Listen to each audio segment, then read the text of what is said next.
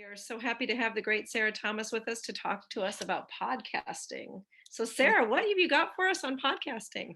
Absolutely. Well, thank you so much, Lisa. I appreciate it. And hello to everyone who is joining us today. So super excited to see you all yet again. So we're going to be talking about podcasting. So I'm gonna go ahead and share my screen. So let me do so. All right, excellent. All right, so we're here today to talk podcasting. And I mean, this session, we can I definitely want to make sure that you get out of this what you came for. So please feel free to interact, drop any questions that you have in the chat at any time, or if you want to, if you want to unmute and say something, and that's totally fine with me as well. So without any further ado, then we're going to go ahead and get started. So I think, I gave you all, if you are on Twitter or social media, my handle's the same pretty much everywhere. So I would love to connect with you and talk shop. And if you have any follow-up questions, feel free to reach out at any time, and I'll be more than happy to talk about it. So let's talk first about why podcast. So podcasting, actually first, let me ask you this question. Why are you here? What do you hope to get out of this session? If you could just drop it in chat, like what either interests you in podcasting, or do you already podcast? And if so, please tell us a little bit about your show. Just feel free to drop that in chat for us, please. And all right, I see that the chat is coming through. So help amplify student voices. I love it. Love it, love it. Info on equipment, where we'll talk about that. Broadcast student book reviews, starting a podcast club. Excellent. Okay. Heard about people using podcasting. Great. Okay. Podcasting started for students. Wonderful. Social media team. Wonderful. Future of learning. Excellent. Okay. And making it meaningful to students. Great. Well, you all are in the right place. Hopefully you get out of this what you want to get out of it. But we're going to be talking about different things, such as we will be talking about how to get started, as well as some useful tips and things of that nature. Okay, Alicia is saying the same thing, that pretty much I got into podcasts for the same reason, listening to it to stay informed. So for podcasting, then as you probably know, podcasting has gained in popularity as the years have gone on. It really started to first hit its peak around 2007, and then it had like a little decline, and it started to pick back up like mid-decade, and it's kind of sustained there, and it's continuing to rise. But podcasts are like shows that you can listen to on demand. So a lot of people, for example, listen to shows on the radio. So same concept, same idea, except you have them in your pocket, you have them on your phone, and you can listen to them at any time. Sometimes people listen to them on commutes. Sometimes people listen to them at the gym. So you get the point, but they are portable on demand. So fun fact, the pod in iPod stands for portable on demand. So podcasts have really been gaining a lot of prominence over the years. So sometimes people podcast for various reasons. Like me personally, I have 3 podcasts that I've done. One that I do is for my district, as we move to one-to-one instruction. One that I do is for EduMatch, so just kind of general educator connecting and information, talking about various topics. And one that I do is for my master's students, when I want to give a recap of what we covered in class that week. So you can really podcast for any reason, for informative purposes, persuasive purposes, entertaining purposes. Some people have turned to podcasting in order to facilitate flipping instruction, so preloading the content. So if you want your students to be exposed to whatever it is that you're doing that week, then you could make a podcast for them, and they can listen to it. And when they come to the media center, then they'll already have an idea of what they'll be doing. Okay. Also, with podcasting, your students can create podcasts. So I saw that many of you alluded to that in the chat. So your students can also create podcasts, and we'll talk a little bit about ways that they can do it. And finally, and this is not an exhaustive list, but you can also do it just to connect with people all over the world. So this is a map of people in EduMatch, a few years back, and just kind of showing the reach of where our podcast kind of went in terms of listenership. So you can do it for professional purposes to connect with your PLN, PLF. So the very first thing that we're going to talk about, and let me first check the chat to see if we have any questions or comments before we move on. Okay, giving student agency voices. Okay, all right. Recently discovered some wonderful podcasts. Yes, please drop the name of them in the chat. If you have any podcasts that you listen to, please drop the name in chat. I'm kind of a podcast junkie myself, so I would like to learn more about different podcasts. Okay, so more of a visual learner, but appreciating video and audio content more. Okay, so here to learn more. Fantastic. Okay, the Moth Podcast. I've heard of that one. I've heard of it, but I have not. I need to subscribe because I heard that was a good one. Okay, great.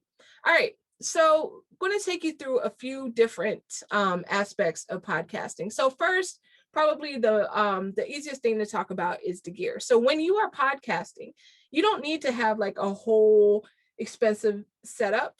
What I would say is to first see what you have on hand and then level up. Like once you maximize using what you have and you're ready for something else, then it's time to level up. So at a minimum, then you probably want to have microphones, a good microphone. So excuse me, as well as earphones. And the reason that you want to have earphones is that sometimes when you have guests on, then when it plays back, then you might hear some kind of feedback. So at a minimum, you want to have a microphone and earphones. Now, there's some tools that we're going to talk about in just a moment where you can do it all in one, like with your phone. And technically, you don't even need to have an external microphone to podcast. Technically, you could do one with your, I'm sorry, I'm saying it backwards. Technically, you don't have to have an external microphone. You can use your phone, you can use the internal microphone in your computer if that's where you want to start out with, and until you're waiting. Like don't let that hold you up. Don't feel like you have to buy something. But I would advocate for having good hardware so that people will listen. Like, I don't know if you've ever had the experience where you're listening to a podcast or an audio recording and you start like hearing static and all kinds of, things going on, and that kind of turns you off. So I would say that if you can get a microphone, and it does not have to be expensive, but if you can get a microphone, then I would highly suggest that you do get one. And I would suggest that it would be a USB microphone so it can plug directly into your computer. So you don't have to go out of the gate and, blow like a huge budget. So I'm seeing some questions or comments coming through in chat. Okay, so teaching hard history, students podcast from NPR. Oh, yes, there is a student podcast challenge that pops up. Great. Okay, big fan of the Adventure Zone. Bad audio kills it. Same with video making. Absolutely. What I'm going to do right now is that I think I'm sharing. Okay, so I'm going to actually share my web browser with you all to give you, just to kind of show you a little bit what I mean as far as various recommendations. So I'm just going to share my whole desktop. Okay, so if you are looking for a microphone, one thing that you can keep in mind is that you could use, if you have like a headphone mic combo, then sometimes those work. You might already have that available. But if not, for headphones, you can use just simple earbuds or what have you. I would say the microphone is way more important than the headphones. But if you go on Amazon and you just look for, you just look for a mic, so USB microphone, and you could just sort it by customer review. That's what I like to do to see, usually the customer reviews are pretty on point, and you can just kind of see what's available here. I look for stuff that's like 4-star and up, but you just want to look for a USB mic. And of course, these change every week. I know that this is actually the one that I'm currently using, the Blue Yeti USB microphone, but I would not necessarily start out with this. You see the pricing on this is kind of high. You know, there's other ones. This Blue Snowball is very good. I've used this one for many years. There's Audio Technica is another brand that people tend to like. So really just whatever fits your budget. And again, I would not go all out. At first I would, you know, get something that sounds decent. And if you like it, and if you outgrow it, which you probably will, if you stick with it for a while, then just kind of looking to see what else might be available. But I really do like the Blue brand. Sarah, can you share your screen with us? It looks like it's not shared. It just looks like there's a photograph of your screen, but Oh, okay. I am so sorry. You know what? I was having the same issue on a different I was having the same issue yesterday and was hoping that this wasn't the case. Can you see it now? it looks like it's just a black screen at the moment. It just says you started screen sharing, but I'm not sure if anybody Oh, else can see it. It's just a black. okay. My apologies on that. But we got the Let me, names down. You told us the names of the headphones and the microphone combo and stuff like that. If we can all go to Amazon. If we don't need to waste time with that, right? I mean, we can all go to Amazon and find those mics. You gave us names. okay. All right. Well, I appreciate it. And again, I'm so sorry. Technology is great when it works, right? Okay. So are you able to see, do you see like the screen that says the gear? No, it hasn't come up yet on the gear. It was there a minute ago, but now it's it just Oh, says Sarah Thomas has started screen sharing. oh So I'm not goodness. sure. Let me just see if there's something on my end I can do. Yeah, it's probably still just a message. So I'm gonna just leave it here for right now. Hopefully it'll click over. But the good thing about these slides, and I will drop the slides in at the end of the presentation. Let me see if I can just like get it online so I can just drop it in the chat. But really it's just images that's gonna get us through. So the rest I'll talk through in worst case scenario if it doesn't come back up. So so really I would just recommend getting a good microphone, a decent microphone. It doesn't have to be great. They can start around like I've seen some starting in the $20 range that have worked well for people. So the one thing that I would make sure though is that it's USB, especially if you're using a Mac or anything like that, because if you just get like a straight up microphone that's used for general audio, then the connections might not be right. So definitely look for a USB mic. Okay. So you might want to have headphones, earphones, especially if you have guests, so you don't get feedback. And another thing that you may want to have, and again, this is something that you can just use the one right on your computer. Webcam can be beneficial to have because a lot of times, and we'll talk about the different some different platforms in a moment, but the being able to see someone can sometimes help make it easier when you're interviewing them for like visual cues and things of that nature. So that's definitely something to think about. So if you have any questions about about the gear, or if you have anything that you use, then please feel free to drop it in the chat. I'm going to take a little sip of water. Sorry. So yeah, but having that clean audio is just so important. So however you get it, just get that clean audio. That's paramount. All right. So let's talk a little bit about guests and topics. So one really good tip, if you are if you're doing a show, is to include a teaser episode just to let people know what your show's about. And this actually serves a dual purpose. So if you do like a 30-second teaser episode, all the way up to maybe 2 minutes, but nothing too long, and you just include like your name, a little bit about you, and what the show is going to be about, then that actually serves a dual purpose, because number one, you can get people hyped up before you drop your first official episode. And number two, then depending on how you post it, then it might take some time for it to show up on the various platforms. So one tool that I really like to use, and I'll tell you about in just a moment, is anchor.fm.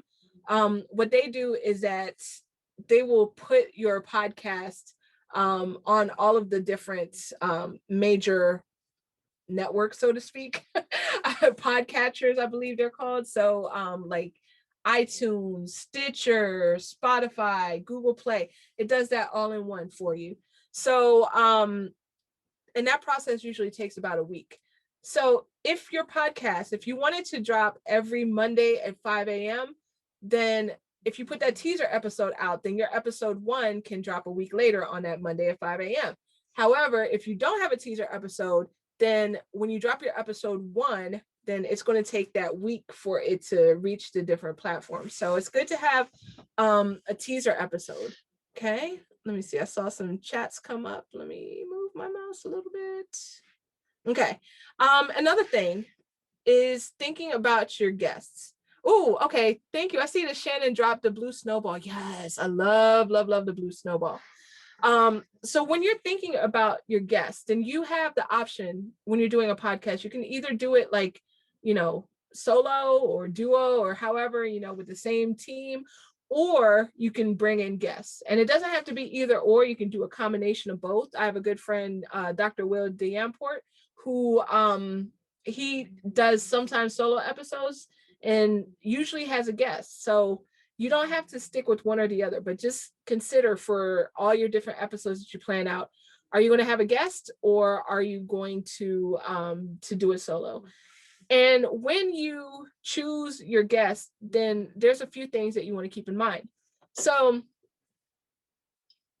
obviously, one thing that can help get the word out about your podcast is having a guest with a high profile, having a high profile guest.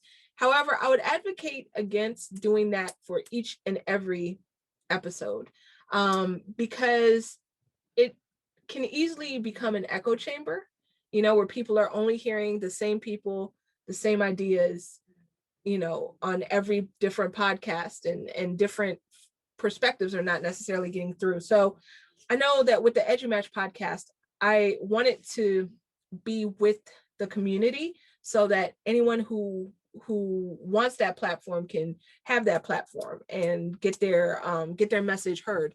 So definitely I would be mindful. And again, it's good to get people on there who may, it would be mutually beneficial because they might have a large following and also they get access to your following and vice versa. But also think about amplifying voices of people who aren't traditionally heard. In addition, thinking about various topics, kind of the same thing regarding that.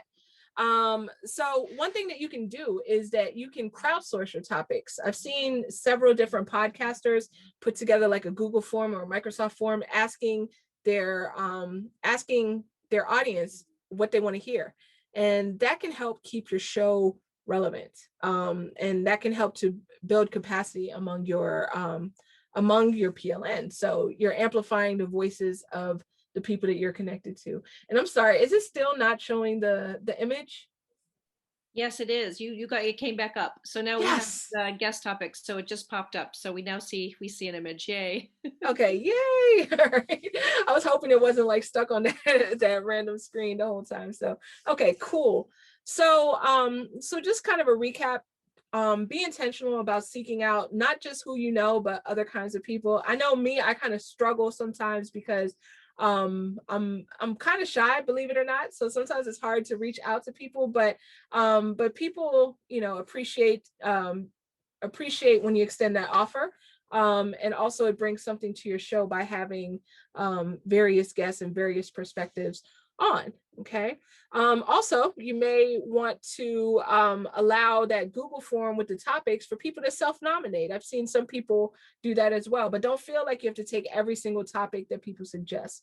If you're doing a podcast on library media and somebody puts in a topic about clown school, then you obviously don't have to take that, right? Take whatever is a good fit for you and for your audience. So definitely keep that in mind. All right. So a couple things about the recording and editing process. Some people edit their podcast, some people don't.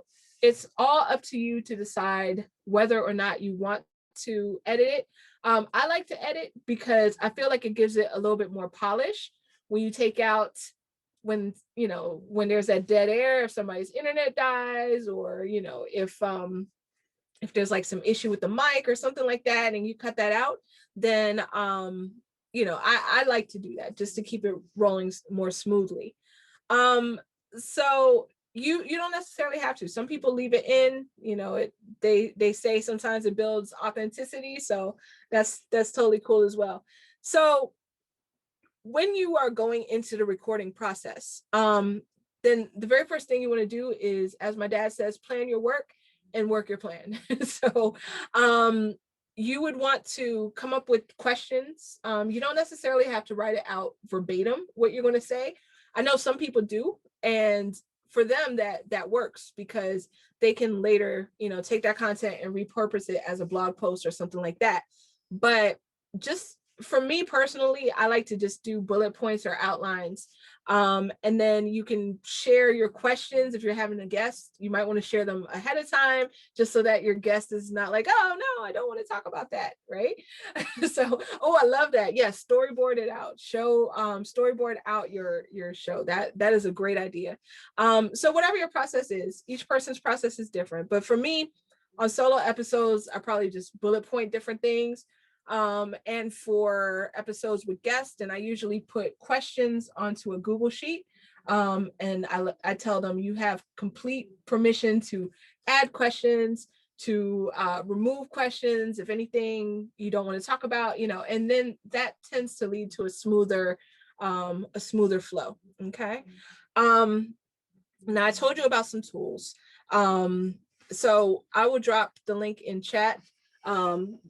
The one that I am currently using is anchor.fm. Okay. And whatever tools that you all use, if you are creating podcasts, then please feel free to drop them in the chat as well. Just so that we can all learn from each other. My friend George Crow says that the room is smarter than the individual. So collectively, we have so much knowledge. So let's share together. But anchor.fm is the one that I have that I've moved to. And I see, yes, the local Q workshop recommended anchor.fm. It's great. I resisted it for a really long time based on some misinformation that I got. But once that got cleared up, then I went straight to anchor.fm. One thing I love about Anchor is that it's user friendly for podcasters of any level, beginner, intermediate, advanced. Also, it's all in one. So you have like your different tools in anchor.fm. You can record straight in Anchor FM. You can even edit in anchor.fm, and then you can share it out in anchor.fm. Prior to that, then each of these were like separate things you had to do. And you still can choose to do it separately if you want. But I like that part about anchor.fm. It's also free for you. They have like some sponsorship opportunities for people who want to like pay to get ads in, if you want to have ads in your show. So that's a way that you can actually monetize your show if you so choose, or you can say, no, thank you, I don't want ads in my show. So the choice is yours. I really like that. The way that I use Anchor, though, I kind of do it a little hybrid. I still like to record my show using a different format, probably Zoom. Either Zoom or StreamYard, because I really like the video functionality, and then I'll edit it and then I'll upload it to Anchor. So that's something else that you can do as well. So there's various tools that you can use to record. Like I said, there's Zoom. So if we were doing a podcast episode all together right now, then we could. All right, I see Erica saying I currently use WeVideo. All right, but looking to upgrade. Yes, you're gonna go bigger. I love it. But yeah, WeVideo is also a great tool. So you can use whatever you're already using, or there's several different tools out there that will allow people to do that. So anchor.fm, I highly recommend it, and I use it for all three of my podcasts. And another thing I like is that you can host it for free on anchor.fm. That's something that was a selling point for me. I was just like, okay, because I was tired of paying $14.99 a month on other servers. But Anchor will host it all for you for free. So that's pretty cool as well. So I really do like Anchor. Let me see. There's other tools such as Zencaster is another one. I will drop the link in chat. Zencaster. Okay. And great question. Is it free only to educators? It's free to everybody. So that's the beauty of it. I really, really love anchor.fm for that, for making it free. Zencaster is paid, but that's another really popular one that people like to use. The one thing that I do like about that I would say that it has a benefit is that it will record the audio track on each side. So let's say that we're having a conversation and my internet is glitchy, which in reality, my internet's like glitchy all the time. I'm using a hotspot right now, but my Wi-Fi is like super glitchy. So what it will do is that it'll record on my end and it'll record on the other person's end. So, and then it'll put those files together. And then even if my internet is acting glitchy and it sounds like that, then it'll make it totally smooth because it will have recorded the audio on my end, even with my glitchy internet. So that is a really, really, really good feature. But that is also a paid tool. I think that they have like a freemium version. So it's free up to a certain extent. And then after that, you have to pay.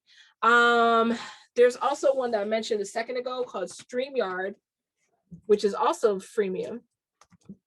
What StreamYard will allow you to do is that it lets you broadcast to YouTube, it lets you broadcast to Facebook. I use it in Facebook all the time.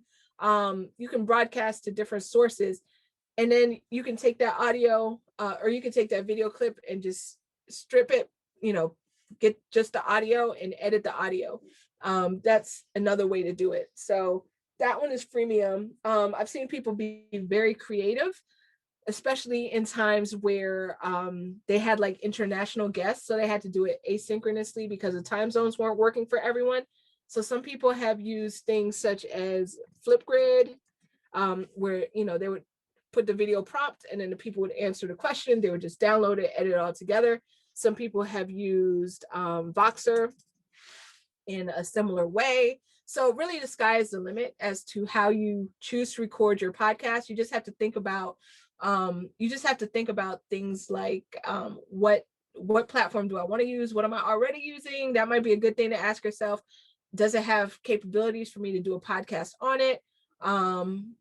Think about the costs. Think about also who is making the podcast. So if you're teaching students, then a good one is called GoSynth. Okay. So with GoSynth, then this is one specifically made for the classroom. Now, if I have students under the age of, I want to say it was 13, I believe, then I can't tell my students to go on anchor.fm and make a show.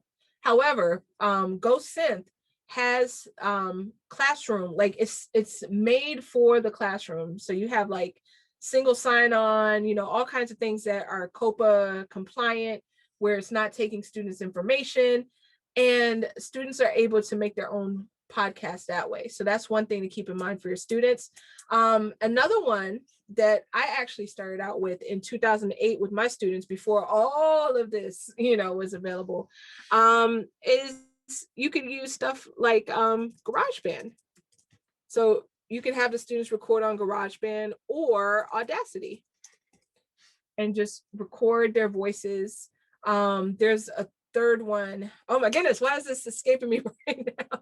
But there's a third one that I'm gonna come back and put in the chat for y'all. That's web-based, where it's like platform agnostic, and you can use it. You can also use it with cell phones or any devices. Oh yeah, not Animoto, but it's like a music one, and this is like this. It's on the tip of my tongue, but I'll come back with it for y'all. Okay, great. So if y'all have any questions by any, if you have any questions or comments or anything like that, please feel free to drop those in the chat. All right. So moving on to the next slide, talking a little bit about sharing. Sharing is caring. So why is it important to share and to promote your podcast? Nobody knows about it unless you share. Like seriously, I know like probably the first time I podcasted, I might have had 5 hits and they were probably all coming from me. So really you gotta if you want people to listen to your podcast, depending on what your podcast is and your goals for your podcast, if it's something that you're making for your students at your school or in your district, then you still have to share it. You still have to promote it like amongst those students. But if it's something that you are doing for the world, then social media becomes more and more important. Good friend of mine who's also based in California. Y'all may know him, Scott Nunes. He is big on Twitter. He does a TNT podcast, TNT Education podcast, and also Education Today podcast. So he gave me some really good food for thought at one point. He said that it is very important for podcasters to discover their audience and adapt their content based upon their needs and desires while still maintaining your own voice. So you want to make sure that your podcast stays authentic to you, but that you're like water, you're flexible and you're adaptable. Okay. So I've gotten a lot of questions about branding your podcast. So one thing that you want to do is to if you want your podcast to be on on anchor.fm, or if you want it to be on any of the other platforms, you're doing it, you're publishing it, sharing it with others. The one thing to keep in mind is to have a logo that will be eye-catching and let people know about your podcast. So one site that I will drop here is fiverr.com. Love Fiverr because you can get a whole lot of stuff made for you starting at $5 plus their service charge asterisk. So it's not really Fiverr, it's more like Sixer. But you can get a logo made for your podcast. And that's what people will identify with your brand. So you can also, once you have your logo, then you'll be able to post it on Anchor and other places like that. So another thing is to use social media to get the word out about your show. So Buffer, if you all are not familiar with it, Buffer is a social media scheduler. And with Buffer, it allows you to be like the infomercial people and set it and forget it. So your tweets, your Facebook messages, all these different social networks, if you wanted to, send out a post letting people know about your podcast, then you can just schedule it in Buffer, schedule it to go on all of your channels on social media, and just press publish. And then at such and such a time, it'll drop it. So Buffer is freemium, but that is a great way to get the word out about your podcast. Also, you want to maybe think of a hashtag for your podcast. Okay. So that way people can, if you want to interact with your audience, then they can interact using your podcast hashtag.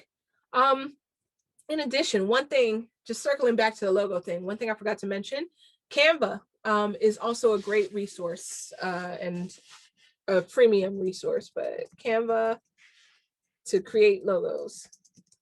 If you're more of a do-it-yourselfer, then Canva is great. Or I should say, if you're my kind of do-it-yourselfer, I like to do things myself, but I'm not very visually gifted. However, with Canva, then it can let even someone like me and people way better than me do some great stuff.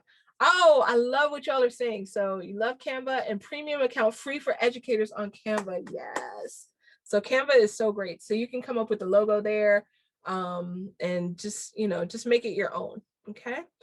Also, when you are sharing about your podcast, then you definitely want to you want to have a call for action. So ask people to leave a rating and share it with their PLN, and they will.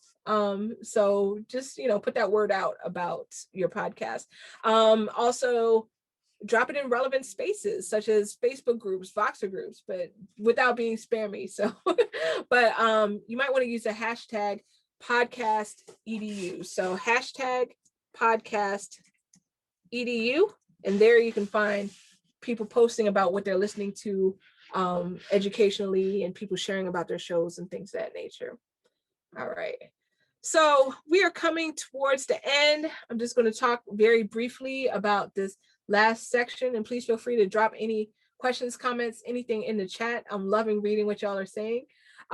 So when you have this content, then one really cool thing that you can do with it that we kind of alluded to in the beginning is to repurpose the content. You can get more bang for your buck. So depending on what you're using, so if you're using Zoom video, then you can, use the webinar feature, stream it out live, and then come back and just take that audio recording and do your podcast from that. Okay. So with Zoom, you can also invite people into the convo. And you can put it on YouTube, Facebook, even Vimeo. So that's one great thing that you could do. You can also, and this helps a lot with accessibility, you can transcribe it. Transcribe your podcast. There's a great tool called rev.com. This is not free in any way, not even freemium. This costs money, but there is a cheaper option called Temi, which is also owned by Rev. But Rev has humans go through and that sounds weird when I say it, but it'll make sense in a second. Has humans go through and transcribe your podcast. It's like $1.25 a minute, so it gets kind of pricey. Temi, on the other hand, owned by the same company, has a machine do it. So it's not as accurate, but it's, if you don't mind going in and just tweaking it a little bit, then Temi is much cheaper. I want to say it's like 10 cents a minute or something like that. So but you can get it, you can get your podcast transcribed, and you can even use those as blog posts. So that's something cool to look into. And you can also use it as a Twitter chat. So you can tweet out questions and have the panel answer questions, audibly, while folks are answering on Twitter. So that's another thing that you can do with it. So just a couple of tips to leave you with. Be an avid listener. We get to be better producers sometimes by consuming. So just, continue to listen to podcasts, see some good features. Uh-oh, did I freeze? I hope not. Uh-oh. Yeah, if somebody could please let me know if I froze. I really hope I did not. Okay. All right. Thank you. Okay. Whew. Okay. All right, cool. All right.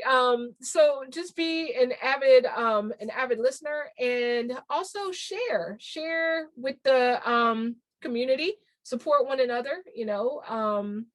We are better together. So that is pretty much it for me. And I just wanted to thank you all so very much. Please connect, and I'd love to follow you on your podcasting journey. So when you drop those shows, let me know, and I will subscribe and listen and support you. So thank you all so much for being here. And thank you. Thank you so much, Sarah. We really enjoyed it. And you guys can go back onto Discord to continue the conversation. I'm going to stop recording. Thanks so much, everybody. You're amazing. Go out and make somebody else happy today with all the information that you got from Sarah. She's spreading incredible ripples throughout the world. Thank you so much. I appreciate you. Thank you. Appreciate you too. Bye, everyone. See you in the next session. Sarah, get a little hot coffee in you, and stretch. And thank you for 2 amazing sessions so far. All right. I appreciate you, Lisa. Thank you so much for everything. Sarah, definitely. Awesome. All right, thanks. All right. Take care.